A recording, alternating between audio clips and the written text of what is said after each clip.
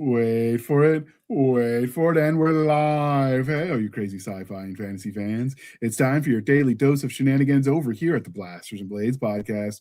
Just a couple of nerdy veterans, a stabby chaos coordinator, and one chief shenanigator geeking out over our science fiction passions and fantastical fantasies. A place where magic is king, the sky is the limit, and space is the place. We are the podcast that puts the fun in dysfunction. So without further ado, we're going to let our guest, Miss Mari Mancusi, introduce herself to our listeners and viewers at home. Hey everyone, I'm Mary. I'm a New York Times bestselling author of sci-fi fantasy books, mostly for kids and teens. I also do a lot of Disney tie-in books like the Twisted Tale series, but today we're talking about dragons, and that has been my specialty for the last few years, specifically dragon apocalypse stories. So not just your typical fantasy dragons. We're bringing them to our time, and they're going to destroy the world on you. I'm so excited. I love it when the world gets destroyed by dragons. Well, so you write dragons and Disney. So have you done How to Train Your Dragon stories? I have not actually, but that would be pretty fun. I think that in a way, I've had it compared that my New Dragon City series is kind of How to Train Your Dragon in the Dragon Apocalypse. Like there's some similarities between that. So I thought that was a good log line right there. So you've written in other people's universes. So, well, excluding the ones you've already written in, if you could write in any universe that you would literally stop everything to write those books, if they asked you what franchises would it be for you? Okay, so if it were a Disney one, I would do Haunted Mansion, like a ride book. Like some kind of lore Haunted Mansion stuff. I think that would be amazing because that's my favorite Disney ride. I think it would be like I was a big World of Warcraft player, and I think it would be amazing to write a Blizzard kind of book, but I would be a little intimidated because the lore is so huge and the fandom is so dedicated. It would be a little bit scary to dive in, but I know they have a lore master, so maybe they could lead me along to make sure I got it right. So stuff like that would be really fun. I think she's officially my new best friend. Right. Clearly, we have everything in common. Dragons. And so yeah, so you're officially my new best friend. Go ahead, JR. What kind of what kind of Warcraft character did you play? I did a Fury Warrior for a long time, and I did a Warlock because I like the pets. Don't you call them familiars, or were they just literally pets? I mean, they're demons, right? But they're pet demons. They're so cute. Yeah. Okay. Like the little blue blob guy, he was so cute. Okay. So are there any other franchises outside of Disney that would be fun to write for you? I'm like trying, of course, because you asked that question, then my mind suddenly goes blank, That's right? how this works. And it will come back to you as soon as we hit stop recording. Yeah. 3 a.m. I think it would be really fun to write a Star Wars book, but I think that would also be very intimidating because of the fandom. It's a both love and hate fandom, but as personally, I love Star Wars and I love that universe. So finding a little niche in that would be kind of interesting. Trying to think now. So that I'm going to go with that for now. All right. If I come up with another one later, I'll interrupt you and tell you. Okay. We've never asked you, Jana, which one are you stopping for? Which franchise? Yeah, if they invited you, they're like, "Hey, stop! We need you to write this book." Oh, there's a lot of them. I'm with you. I'd love to write. So the problem is that some of the franchises that I'd love to write in, again, I would be really intimidated by the fandom because if you get it wrong, they'll eat you alive, and I don't like that. But because I would love to play in Star Wars, I'd love to play in Star Trek because I think there's a lot of corners of the universe that haven't been explored, and actually Firefly would be a fun place to go to because really we only hit in the very short time of the show just a few little places in the verse, and there's so much both in the war and after that hasn't been explored. So those would all be really, really fun. I would write just about anything Disney. My husband and I are Disney grown-ups, and we love it. It's one of our favorite places. So, anything there, it's like, oh yeah, do that. Oh, I'm trying to I think think if we there's are destined best friends. I'm See, pretty I sure I at I this told point. you we're right there. Well, when you're talking about the Haunted Mansion, I'm like, "Yes, you have the Haunted Mansion and the leaning back and watching the stairs," and yeah, it's a great ride. And I So, think because you said Firefly, I'm gonna throw in Buffy there. I think doing something in the yes. Buffyverse would Oh, be okay. Wait, amazing. wait, And now wait. that they're rebooting it, or not really rebooting, but they're going with Yeah, more, that means there's more opportunities that might come up for that kind of thing. Okay, but this is an important distinction: TV show or the movie. Oh, TV TV show. show. Yeah. Okay. Spike's not in the movie. Yeah, the movie was its own thing, but the TV Yeah. show is we get our lovely angsty vampires in a completely different way, and that would be fun. And, and Angel as a franchise ended a place where there was still a lot to go there. Mhm. When Yeah. when he's like, "I get the dragon," and then they just stop, and I'm like, yeah, there is so much material there. And Also, because Supernatural, yeah, we could go through. We have a lot of Supernatural. I'd do something supernatural too. Oh, It's any just gonna day. keep coming now. Now I'm gonna start thinking. But I Yeah, have yeah, my Star exactly. Trek fun fact. I don't want to Okay. forget Oh, to yes. say this. So do you want a Star Trek Yes. fun fact? Oh, Absolutely. yes, Okay. please. Do you remember an episode of Star Trek called The Empath? Okay. It was from, I think, I don't know, it was in the original Star Trek. And it was about this woman who couldn't speak, but she was empathic and she could heal people and such. Okay. Yeah. That was my step grandmother. Oh, The that's actress? very So cool. Catherine Hayes is she's deceased now, of course, but she was on As the World Turns for like 40 something years, but like Uh-huh. my favorite thing was always that she was starring in an episode, a guest starring of an episode of Star Trek. Though she was one of the only female guest stars that didn't like make out with Captain Kirk, which was a little No. disappointing, but probably she was okay with it. I don't know. Yeah, they had that whole thing because it was can she be taught to do that? That it's actually, I remember that episode because it's a very powerful thing about in order to heal somebody, she had to take on their injuries Mhm. and the level of sacrifice that takes. And that's what the whole episode was about in its own very Star Trek-y way, was the willingness to say, in order to take care of somebody else, are you willing to take on those injuries and then heal them yourselves? So that is awesome. I And love it's it. such like a cool episode because she doesn't say a word through the whole thing, and it's Oh, such a minimalist set, right? There's like nothing mhm. there, and so yeah, I think Yeah. it's pretty cool. It That's my fun highlights her fact. abilities as an actress Yeah. because she does everything with her face. Because Mhm. there isn't a lot of making, there's not making out, there's not a lot of physical touching or anything either. And so it's all that interplay between them, and she's telling the whole story with her eyes. Yeah. It's amazing work. Okay. So there. So since you mentioned Star Trek, if I'm doing Star Trek, the original one, I would want to write before Kirk. I want Commander or Captain Pike before he was the Admiral in the Mhm. pilot episodes where they had uniforms that actually looked like military uniforms in Mhm. a way Yeah. teams that made sense when it was still black and white. Right in that era of Star Trek could be a lot of fun Yeah, Mhm. there's a lot of opportunity there. because it taps into my own military experience and knowledge that in a way that would make it make sense. Because some of the later Trek, I'm like, that's not how anything about a naval ship would work. Yeah. But it's Trek, so it doesn't have to. Okay, so the religion question. Are you ready for this? Mhm. All right. Star Wars, Star Trek, or Firefly? I'm gonna go with Star Wars. Okay. What is it about Star Wars that speaks to you the most? Well, it's just one of those childhood touchstones, I actually saw Return of the Jedi first because that was just, for the era of my age, and it wasn't like you could just watch anything you wanted to. So Empire Strikes Back had come out in the theater, and my dad's like, "You want to go to this?" And he was, he was a Star Trekkie and all that too, a Trekkie, and he loved Star Wars. And I was like, actually, no, I'm going to back up here. I saw Star Wars first, but I was like a baby in the back of the van at the drive-in theater. So I did see that first with my parents, but I didn't really see it. Okay, so then Empire came out and I watched the trailer and I was like, it's too scary, which is crazy now, think back. But I wasn't sure. And so then Return of the Jedi came out. I fell in love with it. I got obsessed with everything Star Wars. Mark Hamill was my first crush. I was not Not a Han Solo girl. I was a Luke girl. And then my dad brought home a VCR from work because he was a teacher. And so, like on vacation, he could bring home the VCR.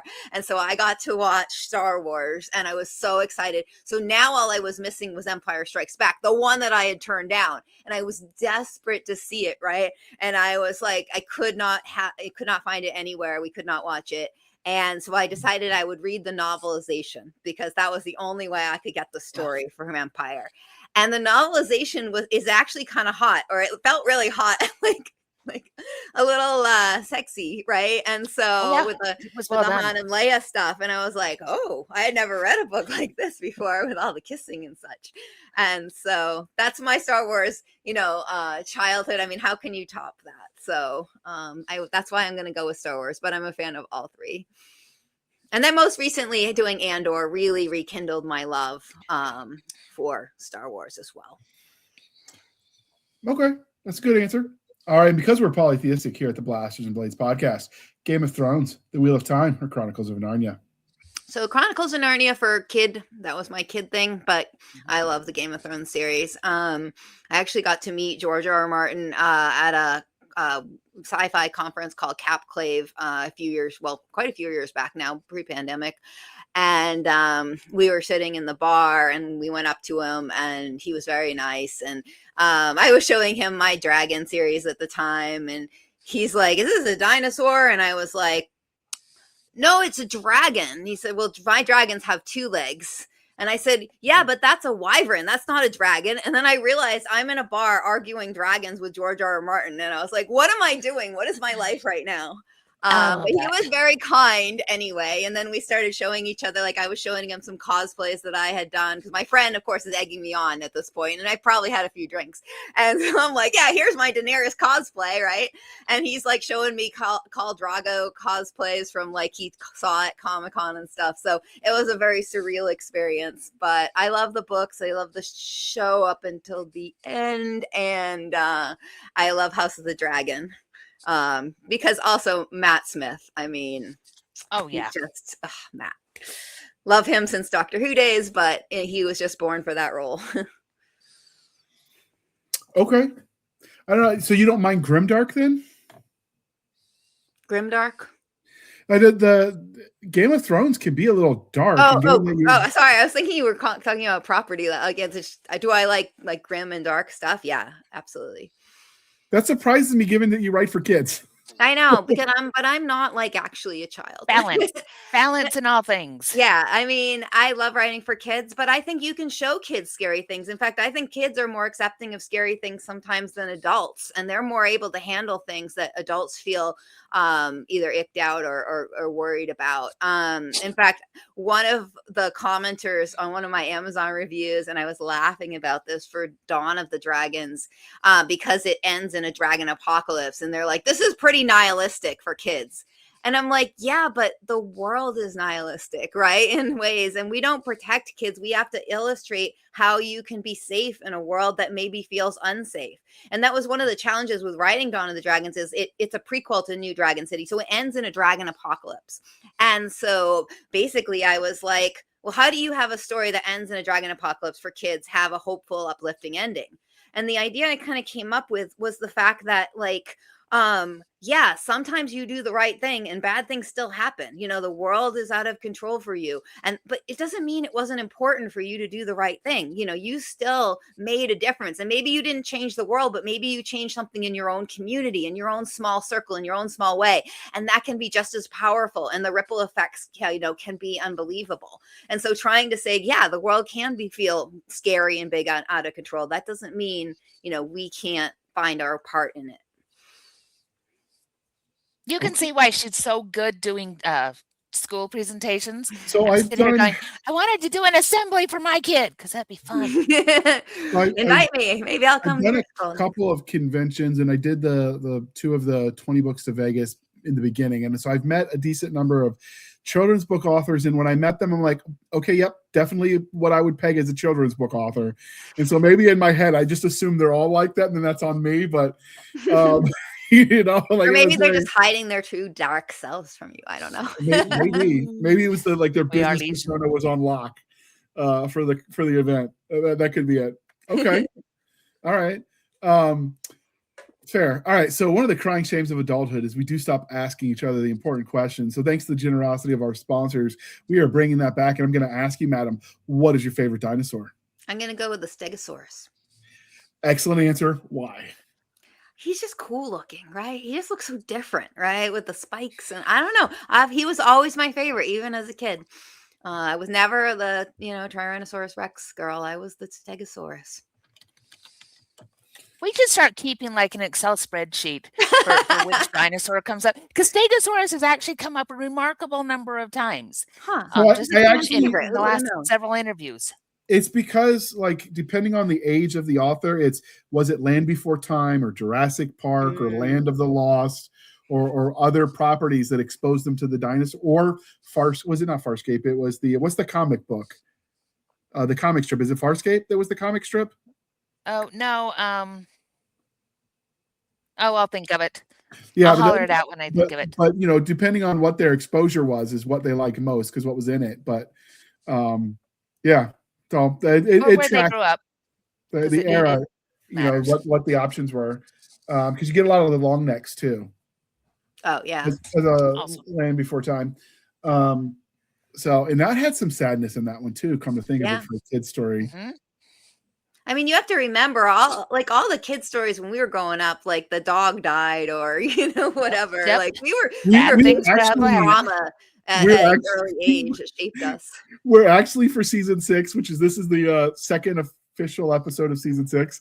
We're planning some episodes later about the trauma we want to pass on, like watching Old Yeller or Where the Red Fern Grows, Bridge to Terabithia, all the things that scarred us as kids that we have to pass on because that's just the way the world works. Yeah, absolutely. They should feel our pain too. The next generation defines who we are.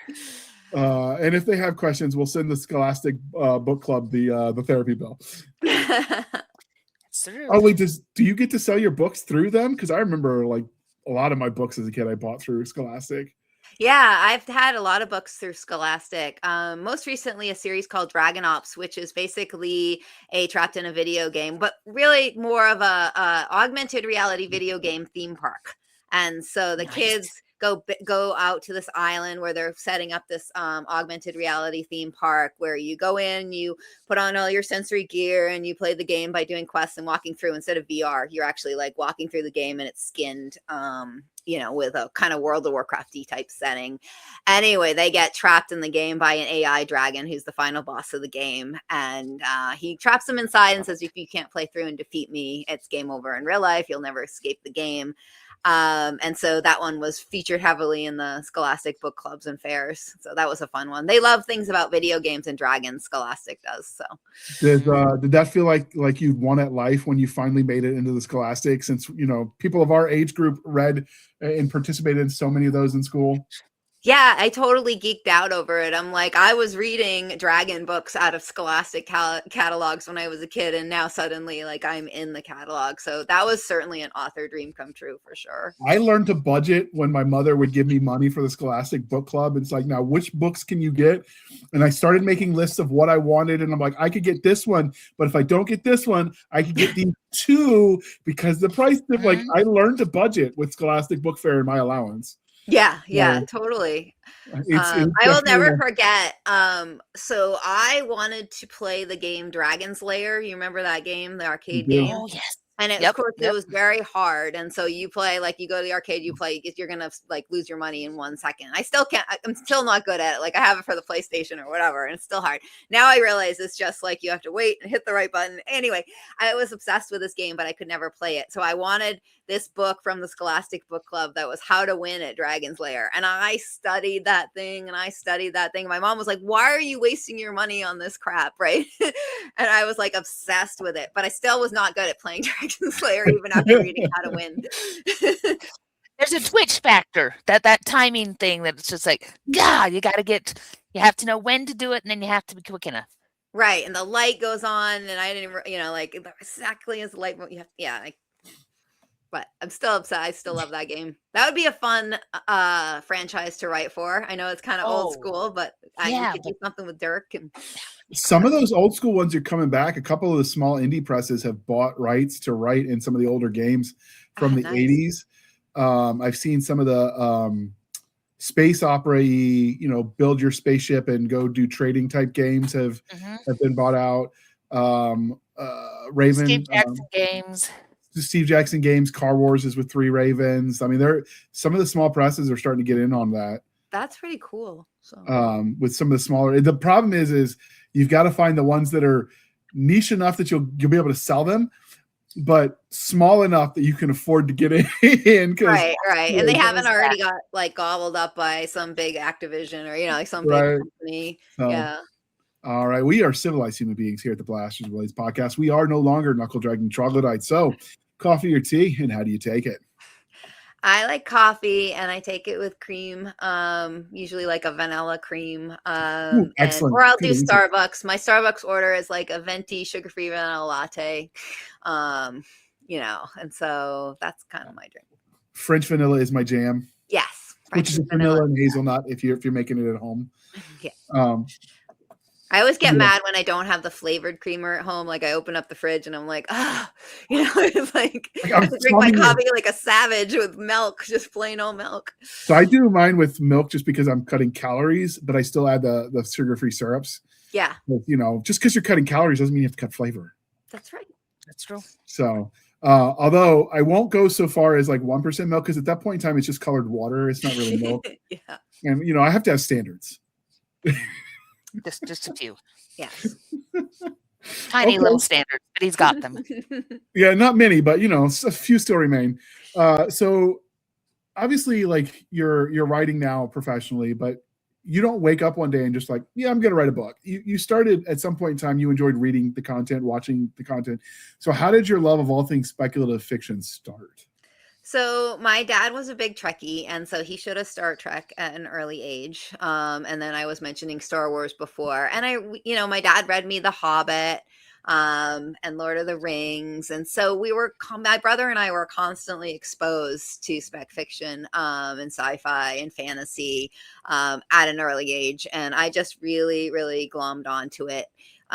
I remember the most pivotal book in my childhood was a Scholastic Book Fair one, actually. It was called The Hero and the Crown by Robin McKinley.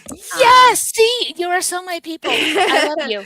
And it was like this life-changing book because it was about a princess, a girl who became this amazing dragon slayer. Like she invented this burn cream so she could be fireproof, and she goes out to take on the biggest, baddest dragon in the land. And it was so cool. And, back then we didn't have a lot of girl hero fantasy things. It was always the boy and the girl was the sidekick, saving the day. And so I was like obsessed with that book. And so that's kind of how I got into it. And then we played a lot of D&D.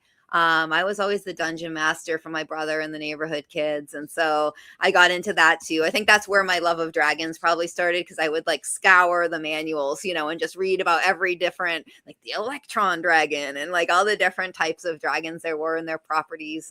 So I was pretty nerdy. That's D&D was fun. What system did you start on? We only were allowed to use the basic D&D. My mom thought the advanced D&D was like, well, there's demons in it. And so she's like, because you remember at that time, everyone's like, oh, is this a demonic game that's going to bring you to Satan? And so I was like, no, Mom, the basic one doesn't have all that stuff. And she's like, okay, I guess you can play that. And so we were allowed to play that, but not the advanced D&D. Okay. That's so cute. That is interesting. So since you like the dragons, and you like when there's the female that isn't just either written as a dude with lady parts, or the damsel in distress. Did you like the movie Damsel then? I haven't seen it, actually. I need to watch that. It gets a lot of bad reviews as supposedly some feminist whatever from the political side.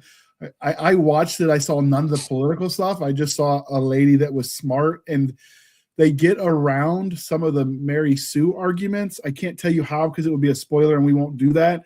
But it was very definitely written into the plot in a way that didn't make her just super cool, because it was one of those we stand on the shoulders of giants moments.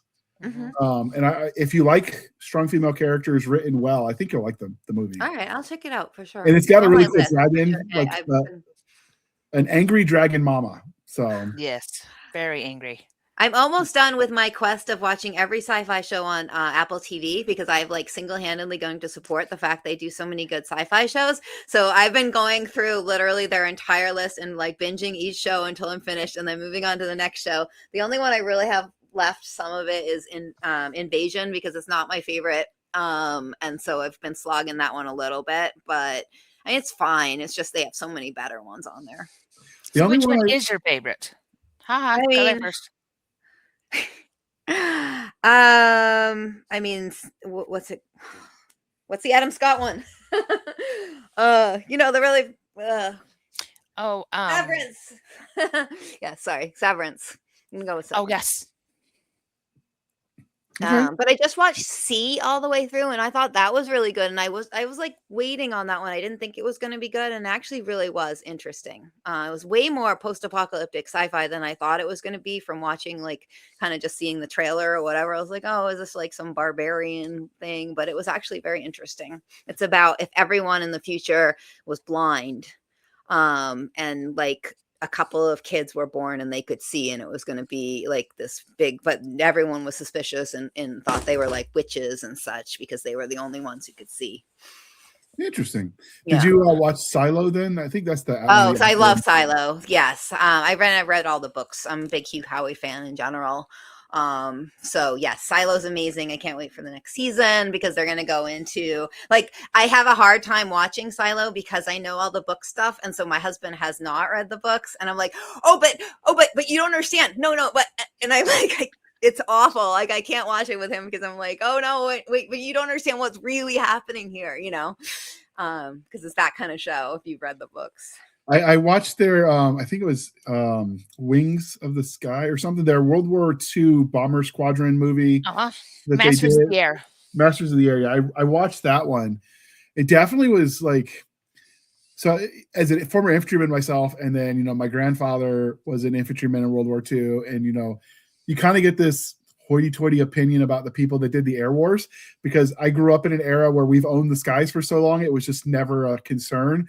And then you see what they went through and like their casualty rates and the percentages of their death to like the average infantryman, and his, like, holy garbage, those people went through some stuff. Yeah. Oh yeah. And so that's what really opened my eyes, and I've started looking for. I've actually got some interlibrary loan requests out for some of the biographies of some of those people, because I watched that series.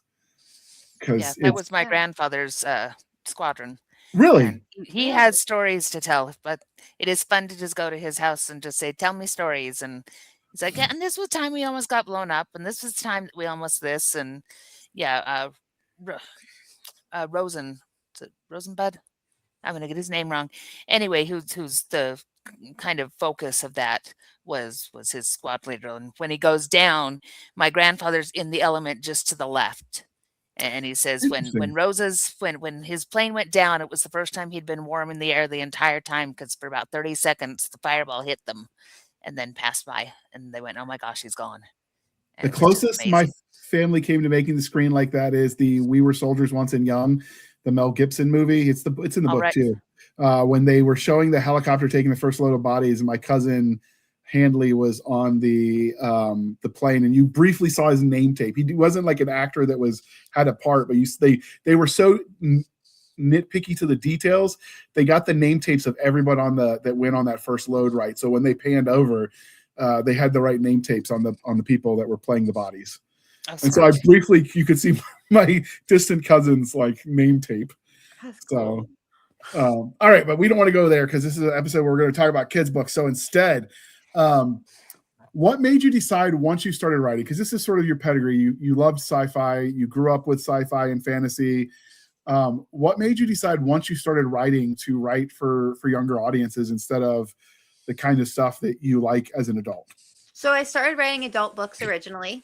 My first book was actually a time travel. It was called A Connecticut Fashionista in King Arthur's Court. And so it was about a 21st century fashion editor who goes back in time and relives the King Arthur legend. My favorite book is Myths of Avalon. And so I Excellent, love excellent. You can stay. Arthurian legend. And so that was my first book. And I did a bunch of I did a cyberpunk book called Moongazer. It was a romance too. And then a zombie apocalyptic adult romance called Razor Girl. And so I was doing a lot of adult books, but at the time I had pitched a vampire YA series, and it was before Twilight really became super huge. I think it was out, but it wasn't like the phenomenon it became when the movies came out and such. And so I ended up doing an 8-book vampire series because vampires really took off, but it was more Buffy than Twilight. It was very snarky, very funny, sarcastic. And so I did that. And then, the reason I kind of started doing YA and teen books is like everyone said I had a young voice. And so it just kind of naturally went that way. And then when teen books really got a lot older, when there was kind of that shift of, oh, wow, adults are reading teen books. So we're going to make our teen books suitable for our big money making audience of adults who are going to buy them instead of the actual teens. It started hitting wrong for me on voice. My voice was a little bit too much in that actual teen market, and they wanted adult books with teen characters that they could market as YA and make a lot of money for. And so that's when I was like, maybe I need to write middle grade, or I was told that maybe that should be what I did. And so that's kind of how it went. I keep going backwards, I think. I started with adult, then I was doing teen. Now I do middle grade. So maybe I'll be doing picture books next. I don't know. See, spot run fast. Yeah, exactly. But I love writing for kids. Now that I do it, and now that I've been doing so many school visits and meeting the end audience and seeing their enthusiasm and their excitement and knowing how hard it is, to get kids these days to read and get excited about books, it feels like such an important thing to do, and to, hook them early and get them to understand that they can read something bigger than a graphic novel. Like maybe a graphic novel is their gateway. They start out, but you know what? You might like this book. This book has action and adventure. And, just because there's no pictures in it, like, don't be intimidated by it. And so by meeting an author, they're more likely like, wait, I met this person. I want to try this book, even though it's a bigger book than I'm used to. And suddenly it opens up a whole new world for them. So I love that about writing for kids. I think for a while, some of the kids' books that were out there were written for their age group, but not for them as audience members, in that they were not writing things kids wanted to read about. Mm-hmm. It became too much about the message, left, right, or center, rather than about just entertaining kids. Mm-hmm. And kids don't really care about messages of that nature. They just want to have fun and forget about the real world where the homework's due tomorrow and whatever. They just want to, go on crazy adventures. And I agree with that. And I joke around because I'm always like, well, how come adults just get to write or read fairy smut and and kids have to have a lesson with a capital L and with everything that they read? And I mean smut very like lovingly, of course. But, like adults are cool with just reading whatever, like, the most just books for entertainment. But suddenly if it's a kid, they have to learn something important from this book or it's not worth reading.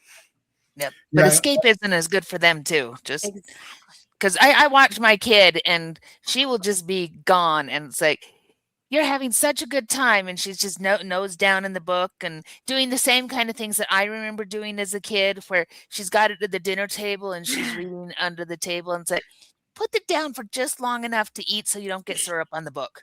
Because we all know that's the important part. We don't want the pages to get stuck together. And she is very lucky that she has parents that go, oh, yes, we were readers too. So we get it. The flashlight in the bed thing, yeah, you got to do it. And reading under the table and all that kind of thing. But also, don't injure the book. It's very important. So we actually have had that conversation before about kids these days, because everyone's reading digitally, don't understand the pain of sweating under the blanket with the flashlight so you could keep reading, and the crick in the neck, and then reading on road trips when you had to, like, your dad is like, turn the flashlight off or I'll crash. Right. And I was making that joke on a previous podcast, and my mom happened to listen to that one. She's like, "Yeah, who do you think bought the batteries for the stupid flashlight?" Yep. I'm like, Aw, "Oh, I guess they did know we were reading under the bell." They wanted you reading. It's just that if they had told you, go read that book, out of sheer snarkiness, you would have said, nah. But when Yeah. it's no, go to bed, go straight to bed, no reading for you. They knew that we were in there, but we were quiet and we were learning things and we were off in our escapist world, and they were perfectly happy about the whole thing. Yep. Okay. Well, I want to talk about the dragon books that brought us here. And Jan is addicted to dragons. We actually, in future episode, might need to do a 12-step group for her dragon problem. But that's not going to be today. So instead, we're going Only a problem if you want to stop, and I don't. That's right. we're going to pause. Dragons. We're going to pause for a moment while we shamelessly shill for the woman this time.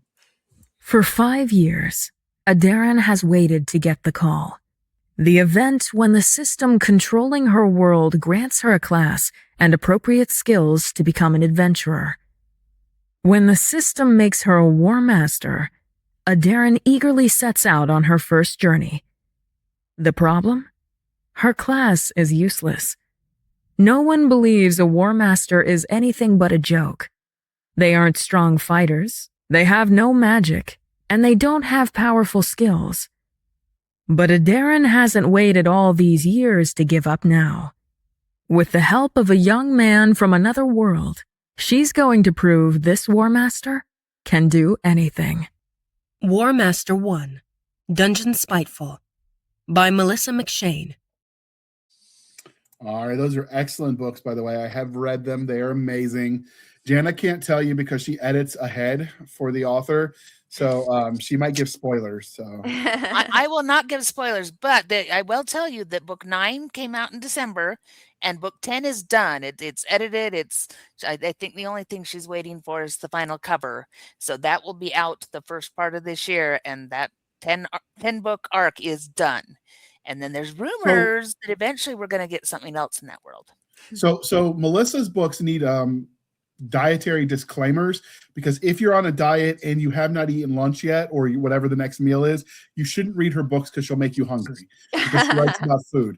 So I'm going to ask you, before we talk about the rating of the books, which we kind of know because you said it's middle grade, but before we get there, what is the dietary rating on this book? Are you going to make us hungry because you described feasts and stuff? Only if you like pizza with pineapple. Oh, good. What kind of communist are you? Oh, them's fighting words. You're lucky you like all the other cool stuff, so we can give you a pass on this one. It's actually my school visit question that I ask all the kids. I'm like, and it's very controversial every school session, whether pizza or pineapple is okay. Some people think it should be illegal. I know. War crime every time. All right, so this is the New Dragon City. This is the prequel one, correct? No, this is the first one. So this is where we drop you right down 5 years into the dragon apocalypse. So this is Dawn of the Dragons is the prequel? Yes. Mm-hmm. Okay, and then New Dragon City is the series. Yes. Okay. So before we talk about where the idea came from, can you tell us what the rating would be? I mean, it's pretty obvious it's middle grade, but can we be pretty explicit about what you would say the rating is? Yeah, I mean, it was on the Texas Bluebonnet state reading list, which is grades 3 to 6, so they approve it for that. But in Florida, it won their state reading list for grades 6 to 8. So I think that it has kind of a wide range. But, you know, as long as your kid is okay with some violence, dragon violence, you know, and there is some death in it, and there are guns in it because it is an apocalypse story. But those are kind of the things that I guess would be trigger warnings for people, if you had to say that. I'm not sure. But yeah, so that, I mean, there's no romance in it or anything like that. They're just 12-year-old kids, and there's dragons. But there's some really cute friendships, so. Yes, absolutely. Okay. The core of it is a friendship. Can we just ooh and ah over these covers? You were telling us earlier, your cover designer, you have got gorgeous, gorgeous covers for these. I am so very fortunate. Vivian too is the artist, and she does a lot of middle grade books, but these are just over the top amazing. And I'm a very lucky author. And I can't wait to see, there's going to be a third book in the series. I can't wait to see what the cover is going to look like for that one too. You are now in a long line of traditions of the West Coast where that bridge gets destroyed. It's actually not the Golden Gate Bridge. Fun fact. Oh, it Everyone looks thinks like it it. is, but the Okay. book takes place in upstate New York, and there are bridges like that up there. So Mhm. it's supposed to be there. Mhm. Okay, I thought it was Golden Gate Bridge. I'm like, oh, you Everyone joined. I does, mean, and it's Godzilla okay. destroyed it. Now your dragons are destroyed. Okay, but it's not Golden Gate Bridge. Suspension bridges are everywhere. It's just Golden Gate is particularly famous. Yep. Okay. So where did you get the idea for the New Dragon City worlds and the first book in the series, Dawn of the Dragons? So I had written another dragon series, a YA series called Scorched, and it was a dragon apocalypse, but more like Terminator meets the dragon apocalypse. And so the idea was in the future there was a dragon apocalypse, and they came back in time to try to stop it because this one egg had been unearthed from a melting glacier, and it was going to spark this whole thing. And there was two teen boys from the future who were twins, and one wanted to stop that. He's a soldier, and he wants to stop the dragon apocalypse by destroying the egg. That's his mission. And his twin brother is sort of the ne'er-do-well of the family, and he's joined a dragon animal rights group, and they are going to save this dragon. And now that we know how dragons work, they're going to treat them right this time around. They're going to partner with them. And so the girl from our 21st century is in possession of the egg because her grandfather owns this like kooky museum with artifacts, and she has no idea this is coming. And then suddenly these two twins are like, you are the one who's going to decide whether the fate of the world. Anyway, that's the long story, but I wrote this book, and it's a YA series, so it's a little edgier, a little bit of language, that kind of thing. And so I was doing Comic-Con events and such, and Dragon Con and everything, and a lot of kids would come up and be very interested in it because of the cover as a big dragon. And I was like, oh, it's not really appropriate for you. But I'm glad to know that you're interested. So I was like, maybe I could do another dragon apocalypse story, but for a younger audience.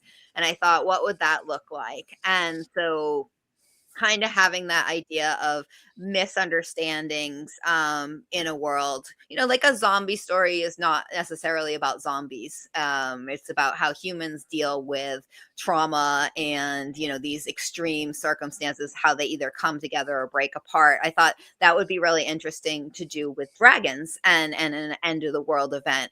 Are dragons the monsters of this story? Or is it that humans think dragons are the monsters, and the dragons think pretty much the same thing about humans, and they're just doing dragon things, right? Flying through the sky, hunting for food, burning stuff down, like no big deal.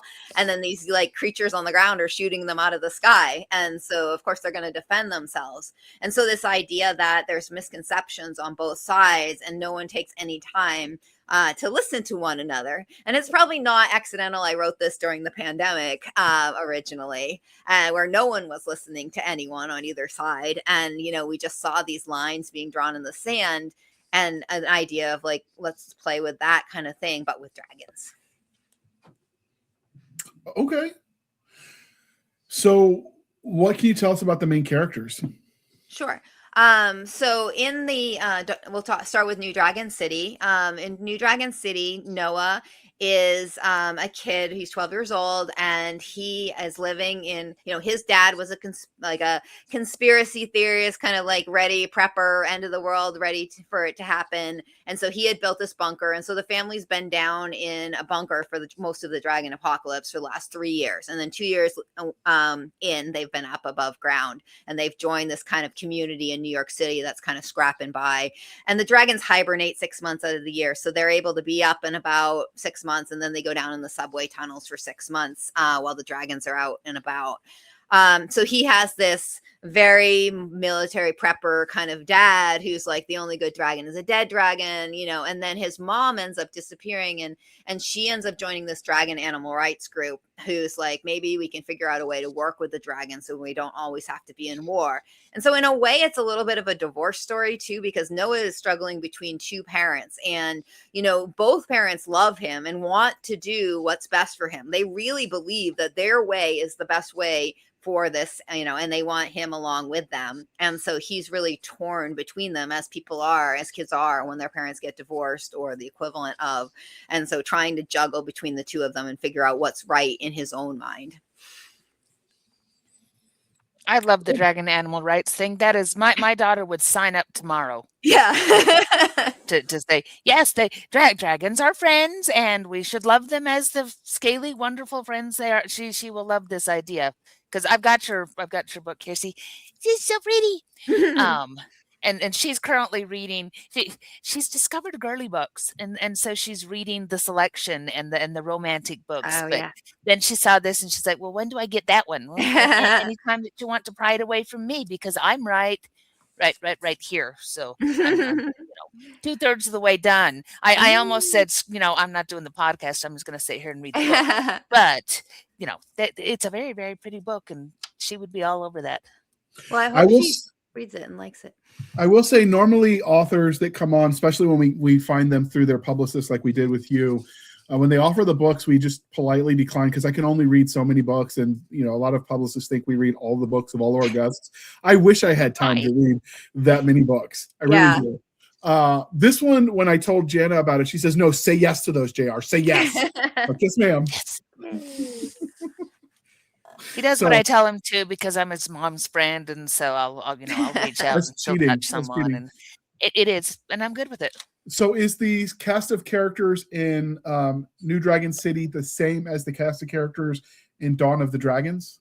So not really. So in the beginning of Dawn of the Dragons, we're 5 years earlier, and Lucas is the main character in that one. He's 12 years old. So Noah's only 7. The main character in New Dragon City, he's only 7 in this point, and his dad's kind of the neighborhood nut job, right? Everyone's like, "Oh, what does he believe this time? Chemtrails, whatever." And no one really takes him seriously. But he tells Noah all this stuff, so Noah will go to school and parrot it all back, and so he's kind of bullied and stuff at school, like, "Yeah, the dragons are coming." Say that in elementary school. You're not going to make a lot of friends. And so Lucas is his next door neighbor, and he kind of looks out for him and takes care of him, and he's like defended him and such. And so he's like kind of watching him, and he takes him to the library, and then Noah's dad shows up and is like, "We got to go now. This is happening." And so he drags Noah out, and they're going to go to this bunker. And so before they go, he's kind of like, "Listen, Lucas, you've helped out my son. I want you to know, like, you need to tell your dad this is serious. This is really happening. Dragons are on their way. And I'm going to give you the key to my basement so you can go look at your dad can go look at all the evidence." And of course, Dad's like, "Yeah, whatever. This guy, our next door neighbor, or the kook, whatever. We never believe what he says." And so Lucas and his friends decide they're going to go down. And when they go down in the basement to kind of look, to try to find the evidence, suddenly the basement gets raided by a very shadowy group. And they're like, "Wait a second," and all the stuff is taken. And they're like, "Something's going on here." And that's kind of the impetus of that. And one of the things I wanted to play with is that the idea of like, if there were a dragon apocalypse just starting, right? Like, how much would we know? How much would we be told? Like, what about those viral videos? Like, someone's going to see a dragon and post it online, and everyone's going to argue whether it's like fake news AI or it's real. How do you know at these days? And I really wanted to play with, and then some people are going to be afraid, and some people are going to be super fans, right? So the little town that you're in, like, gets descended on by dragon super fans. Like, we got to see this dragon from the viral video kind of thing. So I really wanted to play with our society and what would be like if we had this kind of thing happen. Have you seen the movie Independence Day? Mm-hmm. Your character reminds me of that one dad that's the drunk who's the pilot at the end, Up Yours. Yep. And everyone thought he was crazy about being abducted by aliens. And I'm like, at this point, the aliens are literally invading and they still think he's crazy. Yeah. And that kind of is the vibe I was getting from that character. Yeah. I mean, just, like what a broken clock is right twice a day, right? Right. And so the boy who cried wolf or something. And then, now this time he's actually correct. And you hit those kind of, and I think it worked in Independence Day the same reason it sounds like it would work in your stories, because there are those people, like literally as the aliens are zapping the various buildings, you've got people up there holding signs like, let me, come get me, we're friends, whatever. Yeah. Beam me up. Yeah. Beam me up or whatever. Because you've got people that just, they're so convinced in their naiveness. Ooh, I can spell it though, so that's all. Naivety. There we go. That they are out of touch with reality, and it's interesting to see that played with, instead of in science fiction though, with fantasy dragons. I wouldn't have thought to put those together. Would you say then that this series would be considered paranormal then? I would consider it speculative fiction. Just speculative? Yeah, because it's kind of dystopian a little. Mm-hmm. It's a little dystopian, especially the New Dragon City one. And then it's fantasy because dragons are considered a fantasy creature usually.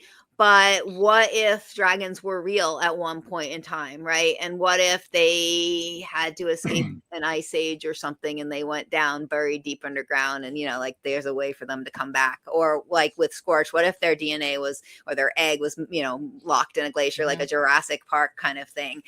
Could we bring dragons back? Could dragons come back? Could they have been real? I mean, we have dragon stories from cultures all over the world that didn't know each other, all have their myth about dragons. And so was there something to that? It's almost impossible to sell a sci-fi speculative fiction story as a middle grade author. They don't want to buy that. There's some kind of misconception that that doesn't sell. And so when I want to sneak in my sci-fi middle grade stories, I add dragons. So like Dragon Ops, so it's dragon video game story. It's fantasy, but it's really, it's an augmented reality video game trapped in, book or something, or like New Dragon City. So crossovers, we love it. Yeah. It's a mashup, So is this told from like first person, one person's point of view? Is it third person and we get to head hop for several characters? It's both, because it is first person from the boy's point of view. In both books, it's the same. So the first person from the boy's point of view, whether it's Noah or Lucas, and then the dragon's point of view comes in, but it's third person because dragons don't speak English. So, I wanted it to be a little more of a different perspective. So we just kind of know what the dragon is saying, but like, she's not narrating it basically. Did you make a language up for them or just kind of give them an affect so it felt non-English? No, I did not make up a language for them. I'm not a Tolkien. I'm not a linguist.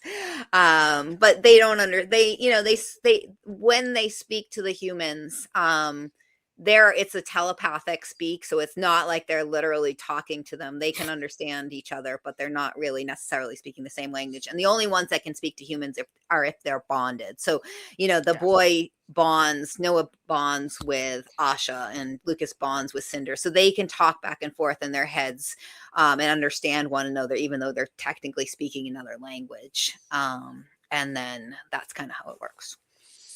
Yeah, which is often a classic dragon thing. I do love that, you've done a great job with, as far as I've read, to be able to say, here's some of those classic dragon tropes that we've read about, because we always go through that. How are the dragons and the humans going to communicate?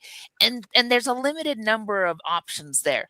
But I think that what I love is you've taken and gone, here's some of the traditional things that I'm going to grab, and then I'm going to mash them together, and I'm going to put my own unique twist on it and send it out to play. And it's like, it's so much fun because it has those shades of the familiar, and then things that it's like, I never would have thought of doing it that way. That's awesome. So it's exactly what I want in dragon books is the familiar with a cool, unique twist on it. Did you also read the Anne McCaffrey books?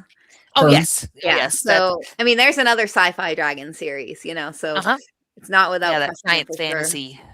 Sure. Mm-hmm. Okay. So in this one, is the antagonist for the story a specific entity or person? Is it just the environment itself because it is a post-apocalyptic world? Is there anything you could tell us about that without being spoilery? I would say, and you can tell me if you agree, the antagonist is miscommunication and people or dragons on both sides sticking their heads in the sand and not being willing to reach out and understand the other person's or creature's point of view, and how being stuck in our ways sometimes is our biggest enemy. Yeah, I would agree with that, because it's totally the case of, we talk about it in romance, just to draw a parallel, that you read a lot of romance books and the big thing is miscommunication, and everybody goes, if that was real, nobody would actually skip those conversations or this, that, and the other. But you look at real life and you go, people skip important conversations all the time, which leads to miscommunications and that kind of thing. And that's definitely what's going on here, is that you're reading and you're like, if they would just everybody put aside your pride and your preconceptions and all that kind of stuff, you could actually all get along in kind of a beautiful way, but they don't understand that. And because you're writing younger characters, they also, that's an interesting thing too, is trying to get grown-ups to understand that they really are right that you can bond with a dragon and it's okay and that kind of thing. But the grown-ups are the ones that are like, nope, this is not happening. And kind of your grown-up dragons on the other side are doing the same thing. And if they would just listen to the kids, then they could figure this out before they cause all the trouble that they cause. But then we wouldn't have any stories. So, but Yes. yeah, it's totally that we've missed each other.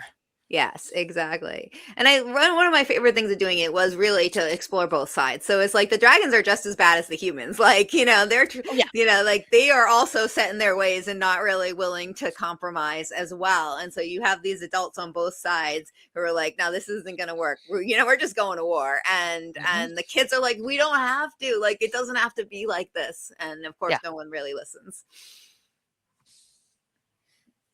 Okay. Which it does. It captures that helplessness that you sometimes feel as a kid, and that is where it really speaks to that, especially that age, because you hit 12-year-olds, and there's a reason a lot of these stories start when they're 11, 12, because that's a huge change point. They pivot so much, and they're going into middle school and junior high, and the change from being in elementary and finding out that they're smart and they're capable and all these things, and they still are just kids, and so they don't get listened to the way that they should. And that gets captured really well. And it really, I'm reading, I'm like, oh yes, this is my daughter's life all the time, where she's like, but I know things. It's like, yes, I know you know things, but you're a kid. Well, that doesn't mean I'm stupid. And yet sometimes in the book, people treat them like they're dumb because, well, you're just kids. You don't know, you don't understand, but they totally do. So it's really charming that way. I agree. And one of the things you see a lot in middle grade is the authors get the parents out of the way. They're like, oh, the parents are dead on vacation, whatever. Like, and so the kids just have these adventures. And I'm like, that's not realistic for most children. Most children are very restricted by their parents or, very influenced by their parents. So like, let's not take the parents out of the story. Let's make the parents main characters in the story and have the kids have that as part of their problem to navigate. Mm-hmm. Okay. All right, JR, next question. So are these I don't know enough about middle grade, so forgive me, but are these available in audiobooks as well, or are they just currently? Okay. Yeah, audiobooks are actually really popular with elementary school kids now.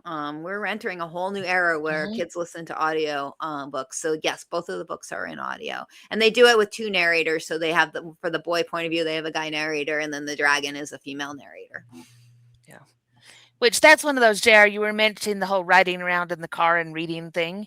And I find audiobooks, every time that we're on a long trip, my daughter will say, can we download some audiobooks? Because sometimes reading in the car, and I had this problem too, especially as I got older, you start getting a little bit motion sick because you're staring at this and it doesn't match what's going on in your head. But she'll put on her headphones and half close her eyes back there, and she is lost off in reading world, but reading through her ears, and it's wonderful. So I love that we're getting more of these options for kids, anything that's going to help them get, absorbing story. Absolutely. Yeah, I think I know a lot of the audiobook listeners want bang for the buck because audio isn't cheap. And so if it's not long enough, and generally kids' books are shorter, so I wasn't sure if there'd be a market for it. Okay, so this isn't too short because it's probably like 7 or 8 hours. I mean, I know it's not like a 3-hour book, but it's not like a 2-hour book. Absolutely. New Dragon City is, I think, 75,000 words, and Dawn of the Dragon is a little shorter. That's a proper book. Yeah. They're. I don't know why when you said middle grade, and I've seen the book too, so I should have known better. I've seen the physical copy, but in my head, when I think middle grade, I think tiny books. You have to remember there's two versions of middle grade. So there's younger middle grade that's going to appeal to that kind of like second grade, maybe third grade. But middle grade goes all the way up to like 8th grade. And so you can get some pretty hefty books. Though the trend is to go a little lighter nowadays. But I always write long books for middle grade. They can handle it. If it's interesting enough, they can handle it. Okay. And that's the key is as long as that story is kicking along. I mean, it's amazing how much book they can read, and the teachers that really get in there and encourage them. It's chapter books. So usually you get picture book, and then you get young readers and chapter books, and then you get the middle grade that's kind of there. And then you get, and this is really a crossover because it's right on that verge between upper middle grade and lower YA. Yeah. And we use those terms just to try to give people some general guidance, but it's that younger side of teens. Yeah, and there isn't really a market for younger YA, so a lot of middle grade authors that really are writing younger YA, they call it middle grade, and they Middle make grade. my character is 12, but like, because that's what you're supposed to say, but like they're a little bit coded, a little bit older, and I feel like that's kind of the case in this one. Yeah, Okay. totally. Right now there are 2 books out. How long do you see this series going? Obviously, when it's traditionally published, you're at the mercy of a publisher in sales numbers, but in an ideal world, all other considerations notwithstanding, how long do you see the series going? Well, there's definitely a 3rd book because that's already been bought and written, and it will come out in October of next year, and that's War of the Wings. So that will continue the series. This will be a sequel. So it will happen after. So it'll be like Dawn of the Dragons is first, time wise, and then 5 years in, New Dragon City, and then 6 months after that, War of the Wings. I would love to do a 4th book too, just to close it out. There's a lot of unresolved stuff with the dad in New Dragon City that a lot of kids have wanted like some closure for dad. Originally when I wrote it, I didn't want that. Like I wanted him to be sort of accepting that this is how, like, okay, we can accept the dragons are here, but I'm never going to be like hugging a dragon, right? Like I'm always going to be separated from the, yeah, they're not going to be my best friends, but I can accept that they maybe exist and you like them. But a lot of the kids wanted that kind of more of a closure for dad. So if I could write a 4th book, I would do that, but that's probably how many I would do. Because I do have other things I want to write as well. And so I want to make sure I don't think it needs to be a series that's like 18 books, like the Wings of Fire series or something, just because of the subject matter. But I don't know. I think I will write them as long as people are reading them. Right. That's always the best answer. Given that you have mentioned that some of the books you liked were because they gave you a female protagonist in an age where you didn't have many of those, and do you foresee future books being told from female point of views? So War of the Wings does have a female point of view. So Maya, who's Noah's best friend in New Dragon City, she goes down to the subway tunnels in the beginning of New Dragon City. He stays out and go find his mom. And so she's not in it very much, but she will come back in War of the Wings and have her own point of view, because suddenly she comes up and her best friend is best friends with a dragon, their worst enemy, right? And she's like not okay with this. She's like, what has happened? And so she gets a point of view in that story. But the reason I did it from a boy perspective is because I don't think there's enough boy middle grade, upper middle grade books. And I want to make sure that we're not losing kids when they get to that age. A lot of times we lose them either to nonfiction or just not books at all, because YA, once you get into YA, it's all the romance books and everything. And so I really wanted to give them something that an 8th grade boy, would be interested in reading and not like feel embarrassed about. A lot of middle grade covers are very young looking. So we were very, very intentional you said you like the covers. We were very intentional on those to not make them cutesy and not make them young looking. So an 8th grade boy could read this and be like, this is a cool book. It's a dragon apocalypse. And there's a missing thing in the market for that, I think, for boys. So that's kind of why I thought this was good. And the dragons are all girls. So, and the girls like the dragons are female and the humans are male. So, for the 2 main characters. And so you kind of get both as well in that way. Sweet. And when I was a kid, there was no female main characters in, fantasy novels. Now it's like a lot. There is no shortage anymore. And so there's not a gap in the market there that I feel personally I need to fill. Okay. So with these books, do you feel like you've done anything unique? Because everyone wants to do their own little spin when they do the thing, whatever the thing is. In this case, you've got dragons. Is there anything that you've done with your dragons that is slightly different, or did you lean into the tropes instead?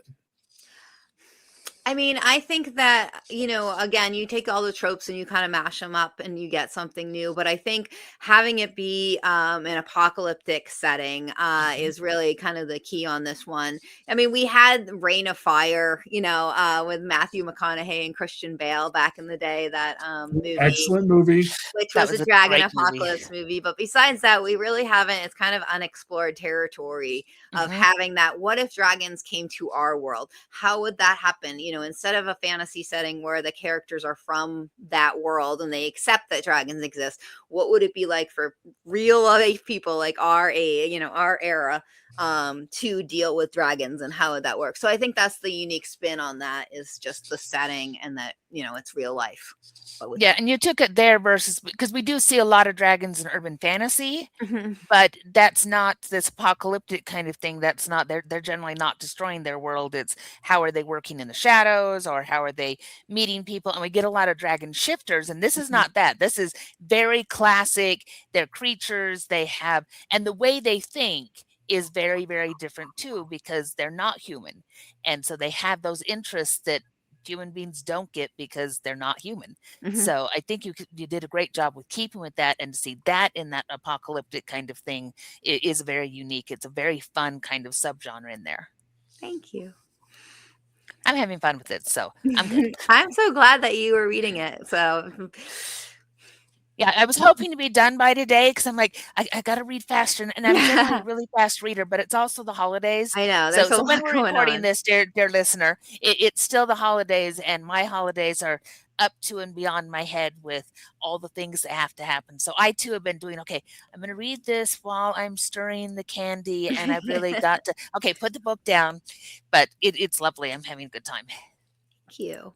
Well, I So- would recommend you check out the Scorch series if you want to read something also Dragon Apocalypse, but a little bit older with some romance in it. I got the rights back. It was originally published with Source Books like in 2015 as a trilogy. So I got the rights back, and it's up on Kindle Unlimited now. So anyone can read it on ebook really easily. And there are audios of it too.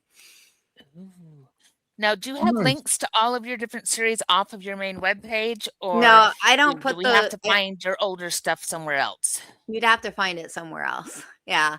I don't Dig. put that up because it's I live in Texas and I do a lot of school visits, and we don't need to confuse parents about which books are appropriate for the kids that I come and visit and which ones are not. It's not like that they're, sexy or anything. It's just they're not appropriate. They're YA. And so we got to make sure there's a clear definition between, same with the Disney books. I mean, Disney books are YA, but it's Disney, so it's a little bit, you're getting a Disney storyline. So it's there's nothing objectionable in it, but it's we all do have to be listed under careful. the same pen name. So if we had people that wanted to find some of your adult or Yes, some of the so older YA, most of they my can books still are under find you Mari on- Mancusi. There's some that are under Mari Mancusi because that's my full name. So when I started in adult, I wrote under Mari Mancusi, and then when I switched to YA, I wanted to differentiate, so I wrote under Mari Mancusi. Perfect. I'm making Okay. notes. But yeah, if you go on Amazon, you can find everything. It's all under Mari Mancusi. Love So Amazon. just type But in that, Amazon isn't the only bookseller, so she's also sold on Barnes and Noble and all the other places, and we'll link to all of them. Oh yeah, sorry. Yes. No, it's cool, but we want people to know they can buy outside of Amazon, because sometimes Amazon is not the nicest place to the book community, be they readers or writers. They kind of take us for granted, and they want our money because they feel like they're the only game in town, but they are not. And I like to remind our audience of that fact. Yes. Okay. And Thrift Book So is actually up and coming. bookshop.org if you want to do like indie bookstores, you can support them through bookshop.org. The books are all there. And then of course Barnes and Noble. My local bookstore is Book People in Austin, Texas. So if you ever want an autograph book from me, hit them up and they can arrange for that to happen. If you want to support a amazing local indie in Austin, Texas, Book People. Sweet. Do they have a website that I can throw in your show notes for people that want to know? bookpeople.com. Because I was actually going to ask that for autographed copies, what people would do for that. So Yep. They should have them on their site because they are so nice to local authors. They put up pages for local authors and they feature their books and they offer signed books, and it's really cool. So for people that want to follow this and want reminders, gently speaking, when book 3 comes out, do you have a newsletter that people can sign up for? I don't because it's hard because I write for kids, and so it's not something we do for kids. But I would just follow me on Instagram, which is just my name at Mari Mancusi, and I post often there, or on TikTok, which is Mari Mancusi 8, like the number 8. And that's where I post most of my stuff. Or if you're more of a Facebook person, I can give you the Facebook link as well, for my, public page. Okay. And what are the odds? You don't have to be exact because obviously you don't know yet, but what are the odds of your next series having dragons as well? I think it's going to be pretty good because I actually did sell a younger reader series. I told you I'm going younger. So there's going to be a series called Dragon Elementary, and it's going to be a chapter book series. So with full color illustrations about a modern day school where kids are paired with dragons, and they are going to get their own dragon when they go to this school. They'll get sorted into their house of like fire dragon or ice dragon, and they will get their own dragon. I was joking that it's like Fourth Wing for kids, but Yeah, for a little bit different. Now, do you know when that's coming out approximately? That won't be until 2027. So that's in the future. That's perfect. It has to be illustrated and everything, and yeah. But there'll be at least 3 books in that series as well. So, all right. And we talked about this in the pre-show, but people who have been noticing your shirt. Yes. What does it say and where did you get it? Because we know, but we want them to know. It says The Rise and Fall of Sanctuary Moon because as I was saying, Apple TV, Sci-Fi, Murderbot, and the books, Martha Wells. Love. And so you can get it on a website called Page Wings. Like page, like a book page, and the wings like a dragon wings. And they have the most amazing t-shirts, like all sorts of literary. Like I have one that has dragons on it. It says it's too nonfiction-y outside. That's another one of my favorites. So I love them, and I have a billion shirts from them. Okay. I just figured anybody watching that wasn't just listening might want to be curious. So we throw that in. Yeah, and I hate that it's like backwards, right? Can you see it? Is it like no, it's forward for us. Oh, it is for you? Okay, I wasn't sure because on my screen it looks like it's reversed. Yeah, it's StreamYard adjusts for that, so even though it looks backwards for when we're doing it, it's forward for everybody else. Nice. Yeah. All right, and I will link to they don't like scream what it's about. So it doesn't say anything about Murderbot. It just says The Rise and Fall of Sanctuary Moon. Like it's a shirt from the show, right? And so I just love that. Subtle references. Yes. I'm about as subtle as a sledgehammer, so somebody has to pull that card for us. Okay. Well, this is the part, dear listener. Well, hold on. Before I do that, is there anything about the new Dragon City that we didn't talk about you feel like listeners need to know? I think what listeners need to know is that it's absolutely a kid's book, but it also is a book. It's not a kid book in the sense that you would feel like you're reading down for reading it. And maybe you can second that. I have a lot of adult readers for it. A lot of grown, adult men read it because it's apocalyptic dragon story. And so I don't ever talk down to my readers, and I don't shy away from, reality as far as a dragon apocalypse is, so it's not cutesy. It doesn't read young, I don't think. So I do get a lot of family reads where the parents are very surprised. They just going to read it to the kid because the kid's a little younger, and they're like, wait, we actually like this too. And so just like a good Pixar movie, right? There's something in the story for everyone. So don't shy away just because it is marketed as a middle grade and the characters are 12. It's for everyone. Agreed. So before we reads really fast. The voice is a really, really quick read. It's not one of those where I go, when is an end of the next chapter? It's wait, I said I had to put it down at this chapter. Well, can I tell you one more quick story? Do we have time? Absolutely. Okay, so I actually wrote the book during the pandemic, as I said before. And so at the time, my daughter was in fourth grade and she was hating life, as we all were at that time. And she was doing virtual school. And it was just, she's an only child. And it was like she didn't get to see any friends and it was awful. And so I was like, she came down at lunch, shoulders hunched, like really depressed. And I was like, well, I'm writing a new book. Do you want to, me to read you a chapter?